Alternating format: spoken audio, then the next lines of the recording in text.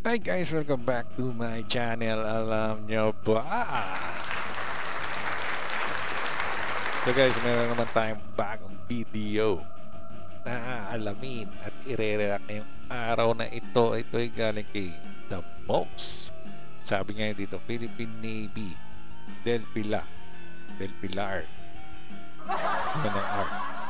class upgrade, more powerful than ever. Wow. Kasi kailangan talaga natin i-upgrade yung mga Del Pilar natin. Tatlo yan eh. Diba? Sayang naman din yung mga yan. Kundi lang kasi talagang tinanggal ng US. Kasi donation ng US sa atin yan. Mga Hamilton class, if I'm not mistaken.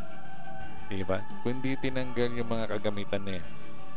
Kung di na sana tayo mahihirapan pa na i-upgrade pa yung mga Del Pilar class natin. Kasi parang ano na lang dyan, naiwan na lang dyan yung Automilare. Diba? O sabihin natin mga manually machine guns, mga turret, diba? Pero ngayon, yun nga, nag-e-effort ng ating Philippine Navy para i-upgrade pa yung mga Del Pilar class natin.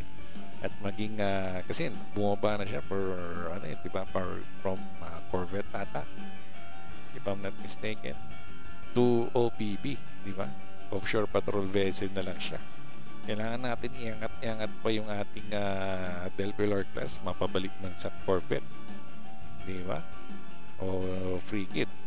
Frigate medyo malayo pa kasi mas malakas ang frigate kaysa sa Corvette eh. So hanggang Corvette muna siguro tayo, di ba? May capability na may anti-air or anti-ship. Sabihin natin may pang anti-submarine din, di ba? Na capability para maging Corvette na rin siya, di ba? Kaya ano ba kaya mga upgrades pa ang ginawa dito sa Del Pilar? Sana 3 Del Pilar ang i-upgrade, di ba? Para pare-pareha sila na umangat-angat ulit na hindi na maging offshore patrol vessel sila, di ba? So ito, alamin na natin mga idolo. Let's go.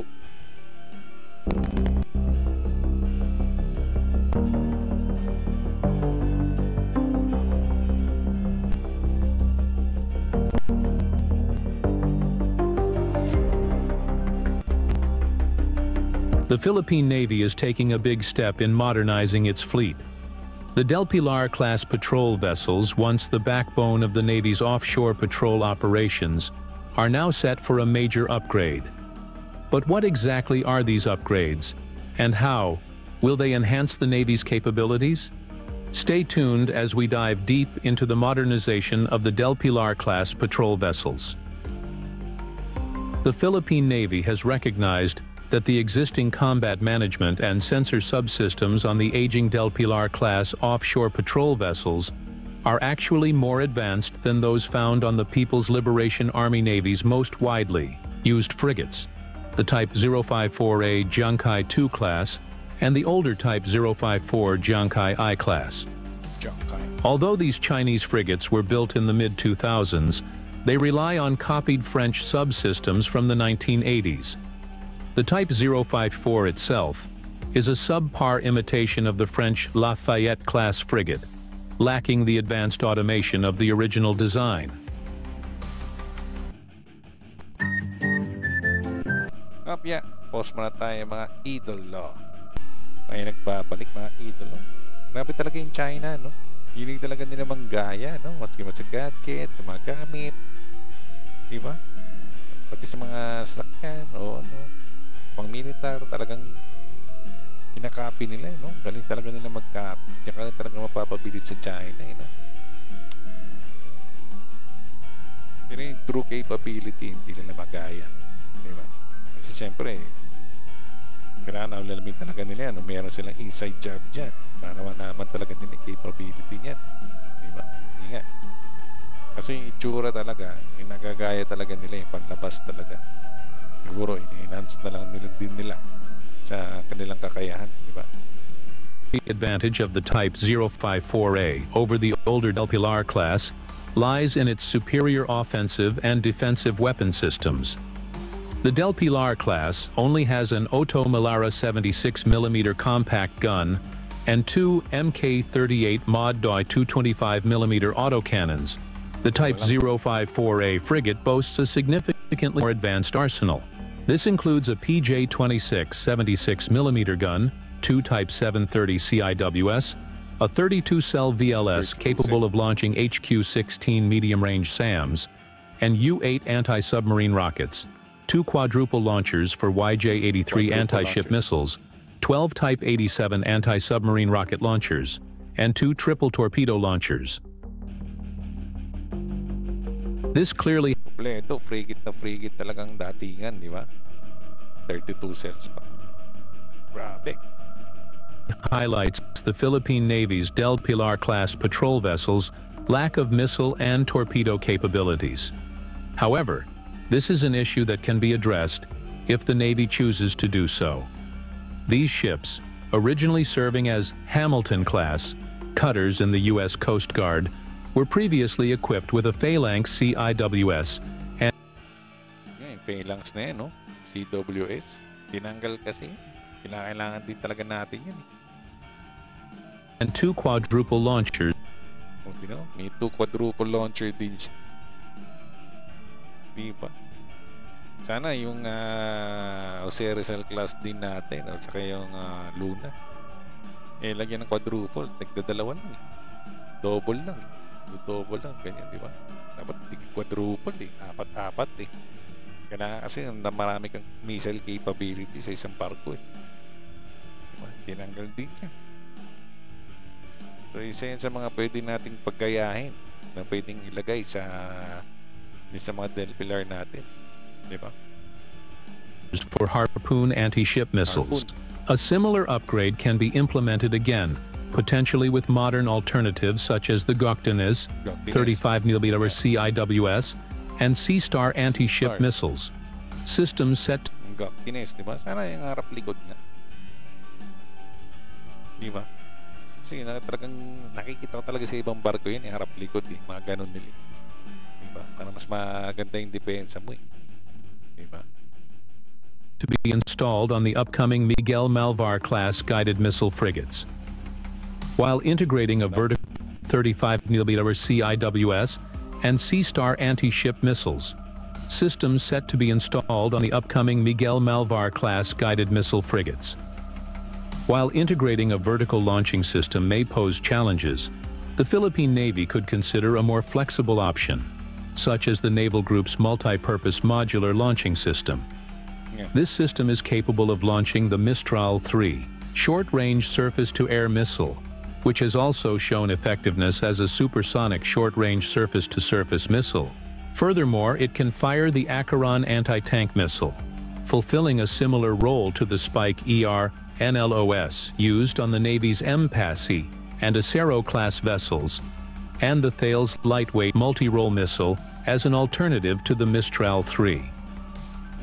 This upgrade would provide the Del Pilar class with a versatile launcher capable of short-range air defense, anti-submarine warfare, and surface-to-surface strike.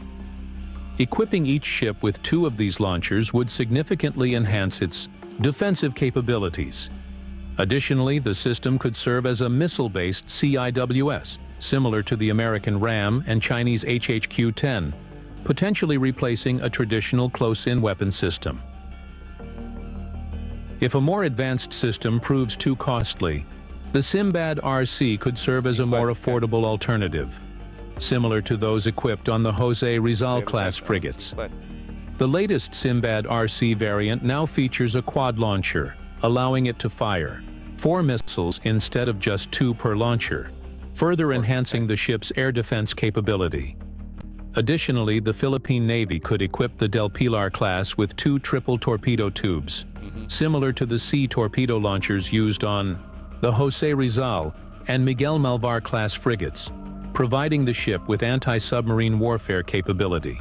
These torpedo launchers could be installed in place of the Mk-38 Mod 2 guns, which could be repositioned slightly toward the rear to accommodate the upgrade. Would these upgrades be a waste once the ships are finally retired? No. That's because all of these additional weapon systems can be moved to other existing or even future ships. Correct. By doing these upgrades, the Del Pilar class would become more capable, even compared to the Type 054 frigate of the plan, both in weapons and sensors. Philippine Navy's commitment to modernization is evident in these upgrades. With improved surveillance, firepower, and combat management, the Del Pilar class will remain a key player in protecting the country's sovereignty. What do you think of these enhancements? Let us know in the comments below. And don't forget to like and subscribe for more updates on the Philippine military news and events. See you in the next video. Nalo.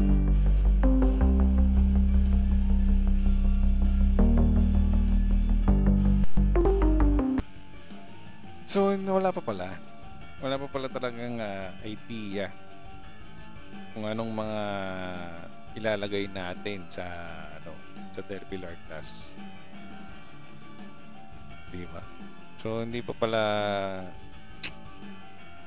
sabihin natin wala pa talagang movement regarding sa pag-upgrade sa Del Pilar class natin. Pero yung mga sinabi naman dito sa video, yung mga pwedeng ilagay talaga, di ba? Pwede mga vertical launcher, ganyan, yung C-Star, pwede kahit yung C-Star nga lang din, saka yung SINPAD, saka yung torpedo launcher, goods na yan eh, di ba? O yung mga maliliit na pwedeng ilagay din dyan, di ba? Pwede naman talaga ilagay sa tatlong sa tatlong Del Pilar class natin, malaking bagay na yun sa atin, at madagdagan yung mga missile capability ng mga ating Navy, hindi lang yung Jose Rizal class saka yung Antonio Luna, tapos yung parating natin mga Malvar class, Marval saka yung Diego Silang, di ba? Kung ma-upgrade pa natin tong mga Del Pilar class natin na tatlo, goods na goods tayo, kasama pa yung Conrado Yap, di ba? So kahit pa paano malakas na rin yung lumalakas na yung ating Navy, di ba? O siguro yung mga Asinto class din natin upgrade din natin, di ba? Kasi yun nga, may Automelara din yun, baka pwede pang lagyan pa ng iba pang missile capability rin yun, di ba? Na nakalagay sa mga shaldag natin. So baka pwede din lagay yung mga yung NLOS, yung NLOS missile, di ba? Baka pwede rin ilagay yun doon.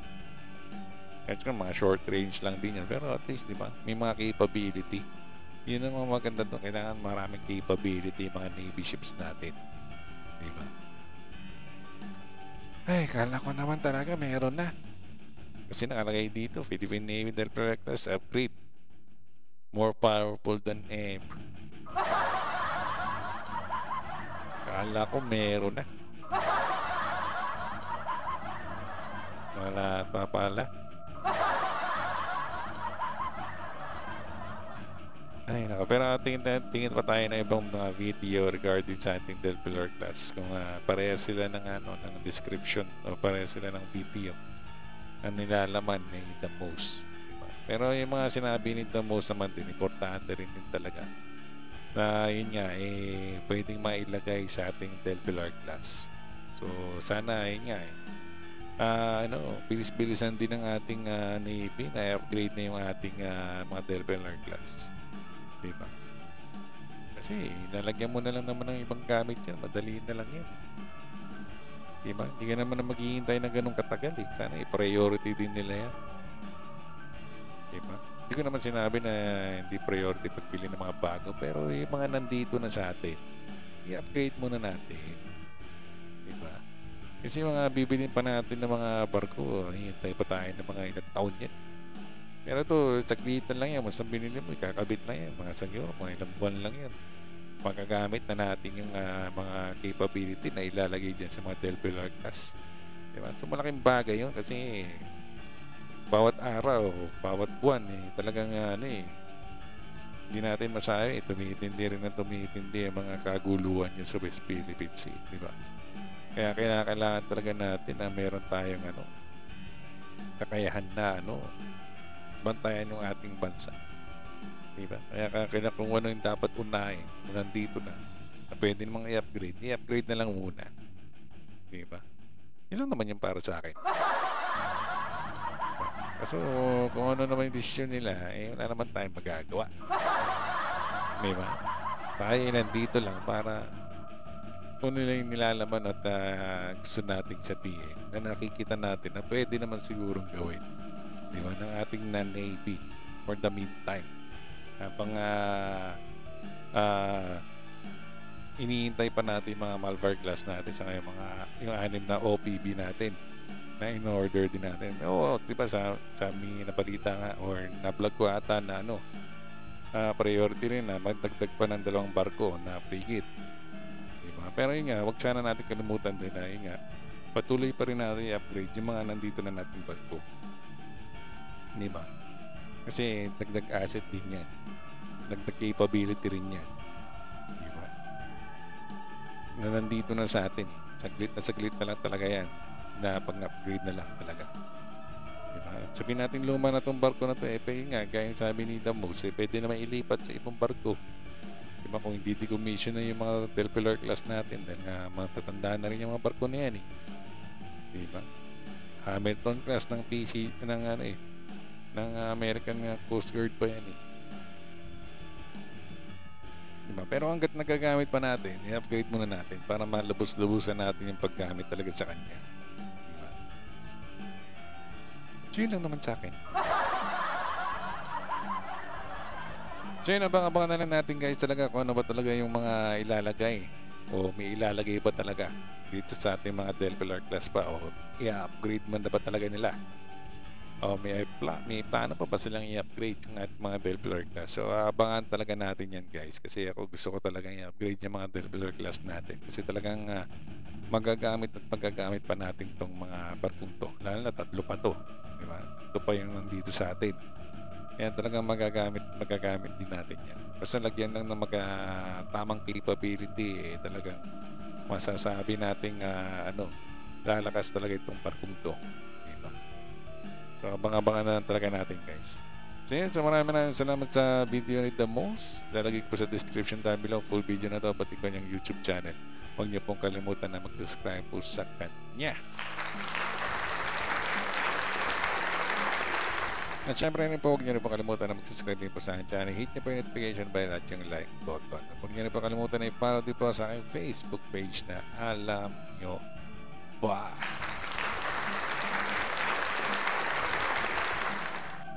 So guys, dito po tayo nagtatapos. Maraming salamat sa lahat. Ingat po tayo lagi and God bless us all. Bye-bye.